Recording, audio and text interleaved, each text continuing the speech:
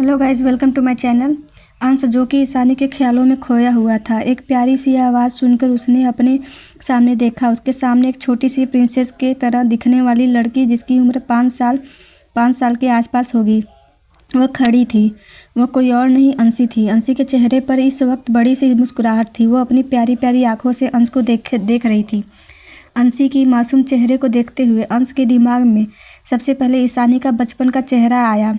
ईशानी काफ़ी हद तक अंशी जैसी ही बचपन में दिखाई देती थी। न चाहते हुए भी अंश के चेहरे पर एक बड़ी सी मुस्कुराहट आ गई। अंशी अपने छोटे छोटे पैरों से चलती हुई अंश के पास आकर खड़ी हो गई। बॉडीगार्ड्स अंशी को रोकने लगे।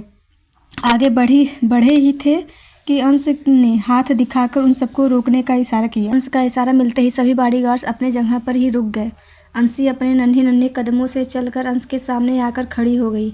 वह चमकती आंखों से अंश को देख रही थी। अंश भी बहुत प्यार से अंशी को देख रहा था। उसे ऐसा लग रहा था जैसे उसके सामने नन्ही सी ईशानी खड़ी हो। अंशी जाकर अंश के सामने खड़ी हो गई।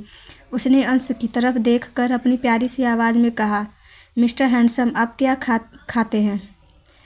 अंशी की बात सुनते ही अंश के अजीब तरह से उसे घूरते हुए कहा, क्यों?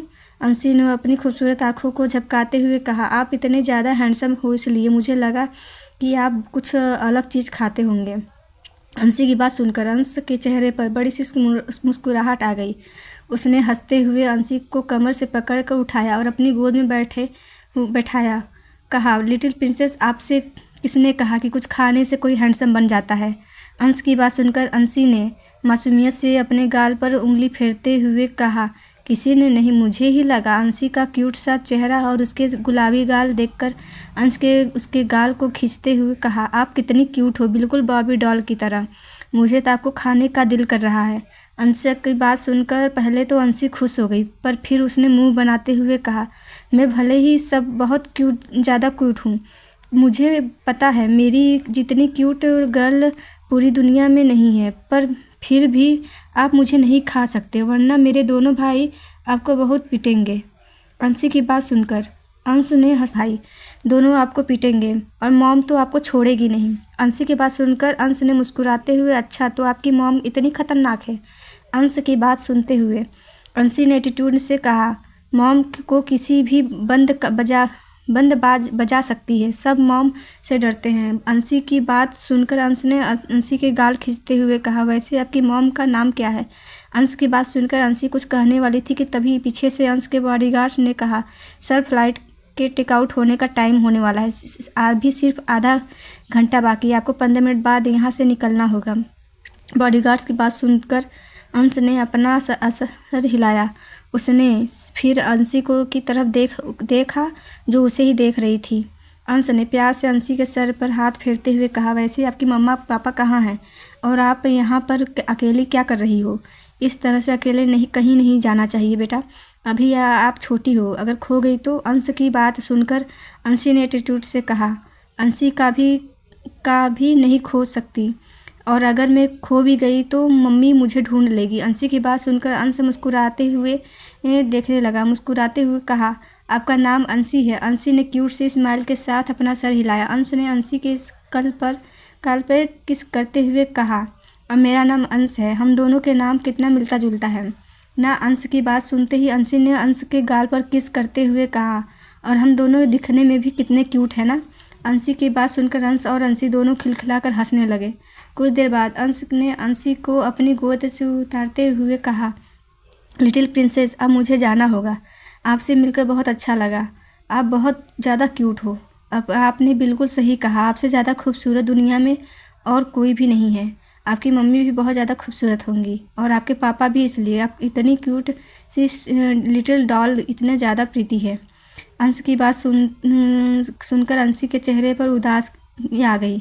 अंशी का उदास चेहरा देखकर अंश ने घुटनों के बल उसके पास बैठकर उसके गाल को प्यार से सहलाते हुए कहा, क्या हुआ, आपसे उदास क्यों हुई? अंशी ने उदासी भरी आवाज़ में कहा, आप मुझे छोड़कर जा रहे हो? अंशी की बात सुनकर अंश को अजीब सा लगने लगा। अंश ने फिर अजीब सी मुस्कुराहट के साथ कहा, पर बेबी, मैं तो अपने काम पर जा रहा हूँ, और वैसे भी आप तो अपने मम्मी डैडी के साथ रहती हो ना। मैं तो आपके लिए एक स्ट्रेंजर हूँ, तो फिर आपके साथ मैं कैसे रह सकता हूँ। अंश की बात सुनकर अंशी ने अपने गाल पर हाथ रखा और कुछ सोचने लगी। अंश प्यार से अंशी की सारी क्यूट हरकतें देख रहा था। उसे आज काफ़ी सालों बाद ऐसा लग रहा था जैसे वो खुलकर हंसा हो, और सच में पूरे 5 साल बाद वो अंशी के साथ खुलकर हंसा। अंशी ने कुछ सोचते हुए कहा, मैं इतनी प्रीति हूँ, आप इतने हैंडसम हो, आप मुझे अपनी गर्लफ्रेंड बना लो ना, फिर हम हमेशा साथ रहेंगे। अंशी की बात सुनकर अंश खिलखिलाकर हंसने लगा। उसने हंसते हुए कहा, अच्छा तो मैं आपको अपनी गर्लफ्रेंड बना लूँ, पर इतनी छोटी सी गर्लफ्रेंड अंजलि।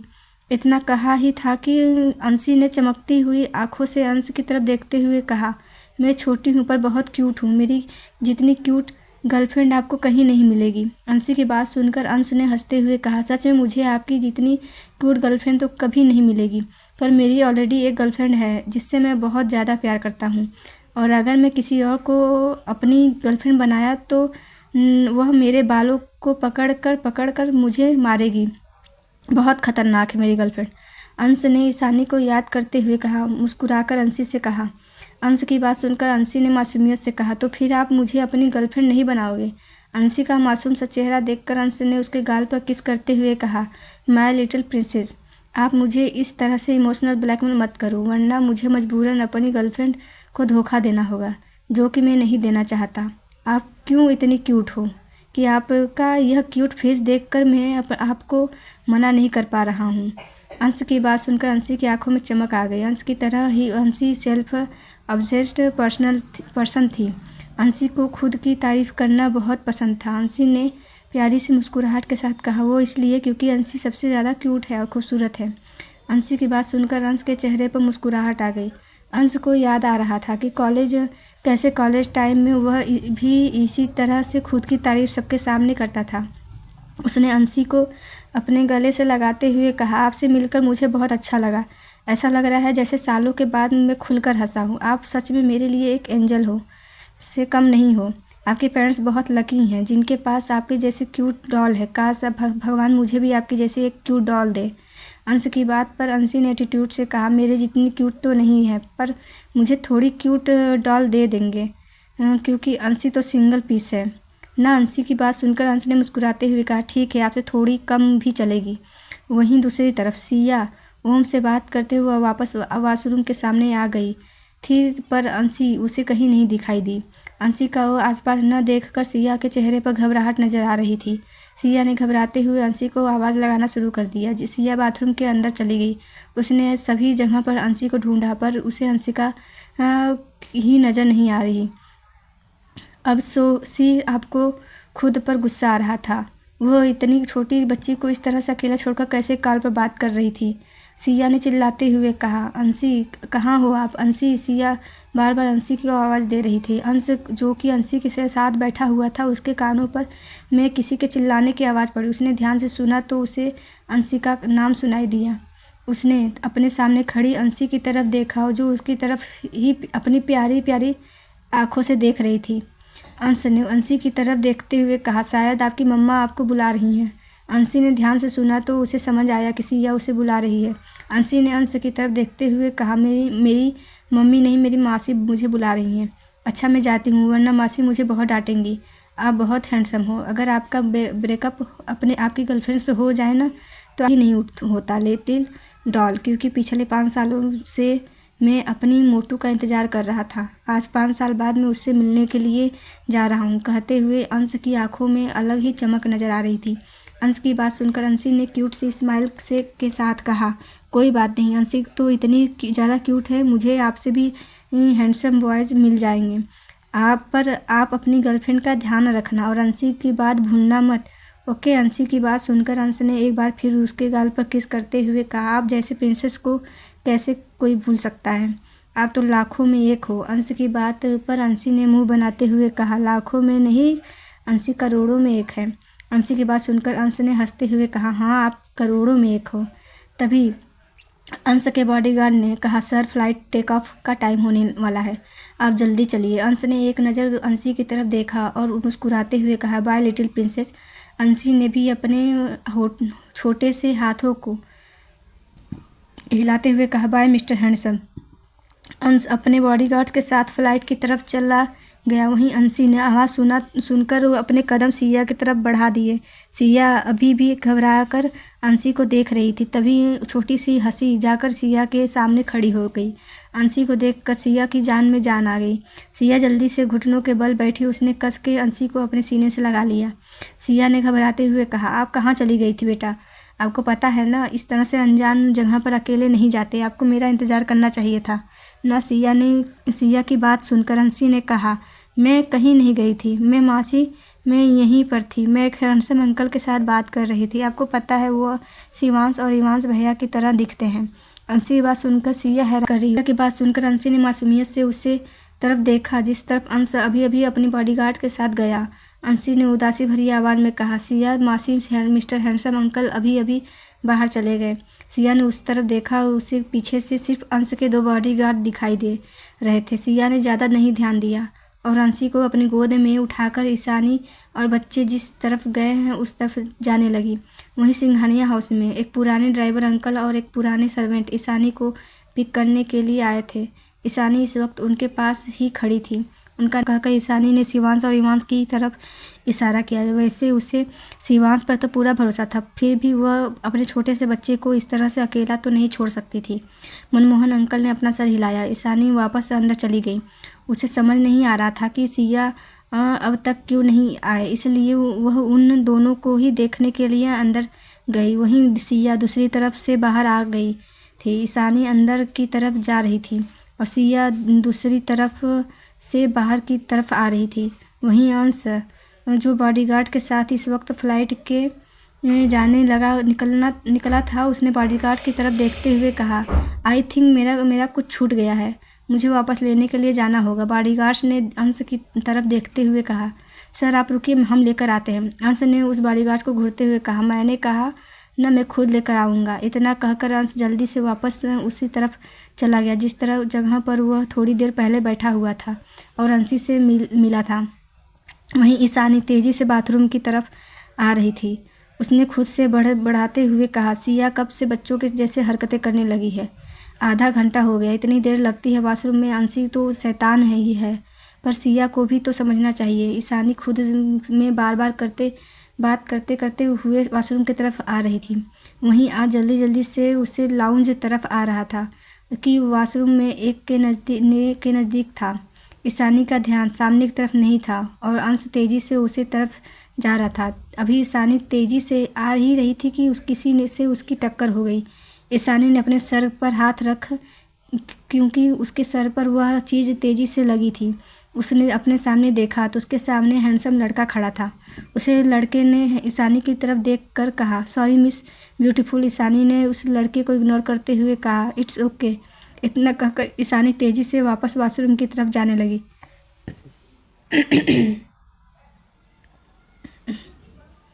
वहीं ईशानी को इस तरह से खुद को इग्नोर करके जाता देख उस लड़के ने पलटकर मुस्कुराते हुए कहा, मुझे इग्नोर किया, इंटरेस्टिंग।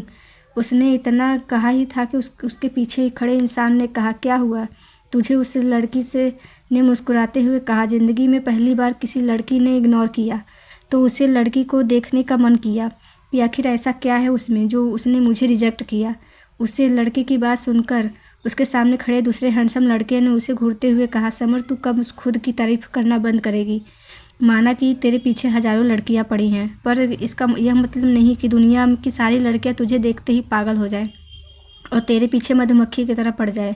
वह लड़का यानी कि समर, उसने मुस्कुराते हुए सामने खड़े दूसरे लड़के को देखकर हंसते हुए कहा, you know what Aman, Samar Khurana है ही इतना हैंडसम कि सारी लड़कियां खुद उसे देखकर पागल हो जाती हैं। इसलिए मुझे आदत हो गई है लड़कियों को खुद को घूरता देखने की, पर यह लड़की तो मुझे इग्नोर करके चली गई। कुछ तो खास होगा इसमें। मुझे बिल्कुल ऐसे ही लड़कियां पसंद है जिनमें मेरी तरह ही एटीट्यूड हो। समर की बात सुनकर अमन ने उसे घूरते हुए कहा, मेरे बाप, अगर तेरी खुद की तारीफ कर हो गया हो तो चल, अंकल इंतज़ार कर रहे हैं। पहले से ही तेरी वजह से हमें आने में इतनी देर हो गई। अगर वो देर हो गई तो ना अंकल तेरे साथ मेरी भी पिटाई कर देंगे। अमन की बातें सुनकर समर हंसने लगा। कुछ देर में उन दोनों वहाँ से बाहर निकल गए। वहीं ईशानी वॉशरूम की तरफ आ गई। उसने वॉशरूम के अंदर जाकर देख लिया, पर उसे अंशी और सिया कहीं नज़र नहीं आई। उसने अपने पर्स में देखा तो उसके पास उसका मोबाइल भी नहीं था। ईशानी ने गुस्से में उससे कहा, मैं इतनी बेवकूफ़ कैसे हो सकती हूँ। ईशानी अपना मोबाइल शिवांश के पास ही छोड़कर आ गई थी। वहीं सिया अंशी को लेकर शिवांश, हिमांश और मनमोहन अंकल के पास पहुंच चुकी थी। सिया ने उन तीनों को देखते हुए कहा, ईशानी कहाँ है? सिया की बात सुनकर शिवांश ने कहा, मासी मम्मी अंदर गई हैं, शायद आप दोनों को ढूंढने के लिए गई होंगी, और वह मोबाइल भी लेकर नहीं गए। शिवांश की बात सुनकर सिया ने परेशानी भरी आवाज़ में कहा, मेरी ही गलती थी, मुझे ही आने में इतना लेट हो गया, मैं जाकर देखती हूँ। सिया की बात सुनकर शिवांश ने कहा, मासी आप अंदर मत जाइए, वरना मम्मी वापस आ जाएंगी और आप अंदर रह जाएंगे। हमें मम्मी का ही वेट करना चाहिए। जब आप लोग मम्मी को नहीं दिखाई देंगे तो वापस वह यहीं आ जाएंगी। शिवांश की बात सुनकर सिया ने अपना सर हिलाया, क्योंकि उसे शिवांश की बात बिल्कुल सही लगी।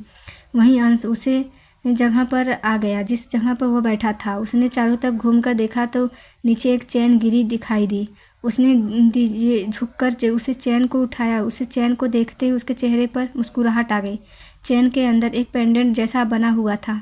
अंश ने उससे पेंडेंट को खोला। उसके अंदर ईशानी और उसकी बचपन की तस्वीर लगी हुई थी। अंश ने उसे पेंडेंट को चूमते हुए कहा, मैं तेरा दिया हुआ पहला गिफ्ट कैसे खो सकता हूँ मोटू।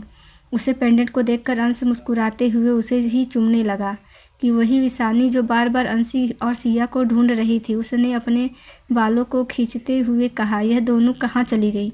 उसने इतना कहकर अपने चेहरे को दूसरी तरफ किया ही था कि तभी उसकी आंखों के सामने अंश का चेहरा आ गया। अंश ईशानी के करीब 20 फीट की दूरी पर था, पर ईशानी जिस जगह खड़ी थी वहाँ से अंश को क्लियर देख सकती थी। ईशानी को यकीन नहीं हो रहा था कि उसकी आंखों के सामने अंश है। पूरे 5 साल बाद उसने आज अंश को देखा तो उसे अंश को जिसे देखे बिना उसका एक दिन नहीं निकलता था, आज उसे उस अंश को वह पूरे 5 साल बाद देख रही थी। न चाहते हुए भी अंशी की आंखों से अंश को देखते ही आंसू बहने लगे। ईशानी के आंसू आंखों से बहकर उसके गालों पर आ रहे थे। ईशानी बिना पलक के झपकाए अंश को देख रही थी, जैसे आज इतने साल बाद उसे सुकून मिला हो। अंश उसके बचपन का प्यार था, जिसे वह चाह कर भी नहीं भूल सकती थी, और हर रोज़ उसके दोनों बेटों का चेहरा उसे अंश की याद दिलाता था। वहीं अंश, जिसका ध्यान पूरी तरह से और इस पेंडेंट में था, उसने मुस्कुराते हुए पेंडेंट को फिर से लगाया और गले में डाल दिया। उसके चेहरे पर इस वक्त एक क्यूट सी स्माइल थी। उसके चेहरे की स्माइल देखकर ईशानी को अचानक से अंशी की याद आ गई। ईशानी ने अपने आंसू को कंट्रोल किया और एक नज़र अंश की तरफ देखा, जो अब वापस अंदर की तरफ जा रहा था। ईशानी ने खुद से कहा, मैं इस तरह से कमज़ोर नहीं पड़ सकती। अब अंश मेरी ज़िंदगी का हिस्सा नहीं है। शायद वह अपनी ज़िंदगी में आगे भी बढ़ चुका होगा। शायद आप उसकी ज़िंदगी में कोई लड़की होगी। इतना सोचते ही ईशानी की आंखों से कैसे आंसू बहने लगे। वह अपने सपने में भी अंश को किसी और के साथ इमेजिन भी नहीं कर सकती थी। ईशानी ने गहरी सांस ली और अपनी आंखों को कस के बंद कर दिया। न चाहते हुए भी उसकी आंखों से आंसू रुक नहीं रहे थे। उसका दिल कर रहा था कि वह अभी भाग कर अंश को गले लगा ले, पर वह चाहकर भी ऐसा कुछ नहीं कर सकती थी। वही अंश जो अंदर की तरफ जा रहा था, उसे अजीब सा लग रहा था। उसने खुद से कहा, मुझे ऐसा क्यों लग रहा है कि जैसे मोटू मेरे आसपास हो, जबकि मोटू तो लंदन में है और मैं तो उसे सही मिलने ही जा रहा हूँ। हे भगवान जी, बस मुझे मेरी मोटू को मिलवा दो। मुझे मेरी लाइफ में उसके अलावा कुछ नहीं चाहिए। इतना कहकर अंश गहरी सांस लेकर वापस फ्लाइट की तरफ जाने लगा। वहीं ईशानी अभी भी जाते हुए अंश की पीठ देख रही थी। ईशानी का दिल कर रहा था जैसे यह पल यहीं थम जाए और वह अंश को हमेशा इसी तरह से देखते रहे, पर उसके चाहने से वक्त का हाथ थमने वाला नहीं है। आखिर में ईशानी को एहसास हुआ कि करीब वह 10 मिनट से इसी तरह एक जगह पर खड़ी होकर अंश को देख रही है।